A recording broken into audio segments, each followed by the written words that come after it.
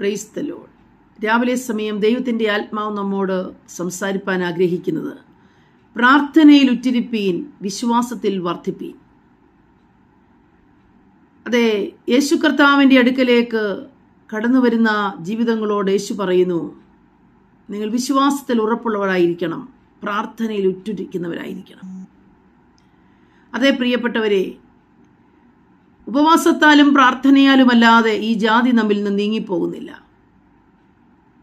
ചന്ദ്രരോഗം പിടിച്ച് എപ്പോഴും തീയിലും വെള്ളത്തിലും വീണ് തകർന്നു പോകുന്ന ഒരു മകനുമായിട്ട് ഒരു പിതാവ് ശിഷ്യന്മാരുടെ അടുക്കിലേക്ക് അടുത്തു വരുമ്പോൾ ശിഷ്യന്മാർക്ക് അവനെ സൗഖ്യമാക്കാൻ കഴിയുന്നില്ല. എന്നാൽ യേശുവോ ആ പൈതലിൻ്റെ മേൽ വ്യാപരിച്ചതിൽ നിന്ന് ഭൂതത്തെ ശാസിച്ചു, അവൻ സൗഖ്യമായി.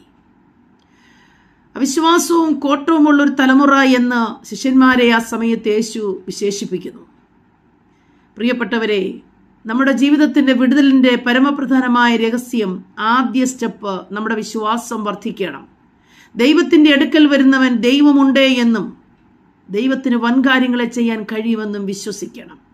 ആ വിശ്വാസമാണ് നമ്മുടെ ജീവിതത്തിൻ്റെ വിജയത്തിലേക്ക്, നമ്മെ അനുഗ്രഹത്തിലേക്ക്, വിടുതലിലേക്ക് നമ്മെ നയിക്കുന്നത്.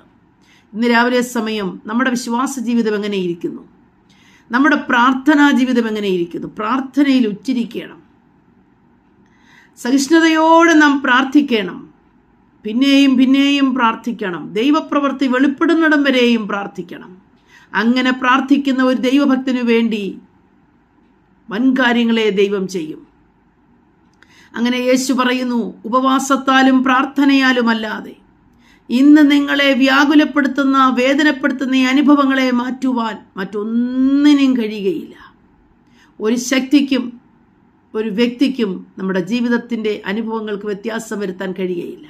സർവശക്തനായ കർത്താവായ യേശു ക്രിസ്തു എന്ന ഏക ലോകരക്ഷിതാവായ ദൈവം നമ്മോട് പറയുന്നു, നിങ്ങൾ കർത്താവിൻ്റെ നാമത്തിൽ ഉപവസിക്കണം, പ്രാർത്ഥിക്കണം, വിശ്വാസത്തിൽ വർദ്ധിക്കണം. ഉപവാസത്താലും പ്രാർത്ഥനയാലുമല്ലാതെ ഈ ജാതി നിങ്ങളെ വിട്ടുപോകുകയില്ല. ആമേൻ.